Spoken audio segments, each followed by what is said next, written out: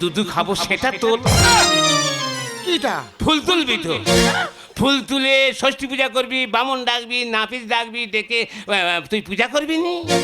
দেখেছি কেমন হেকাটা ছেলে, এ সব জানে গো। না, এখনকার ননুরা কম্পিউটার ননু।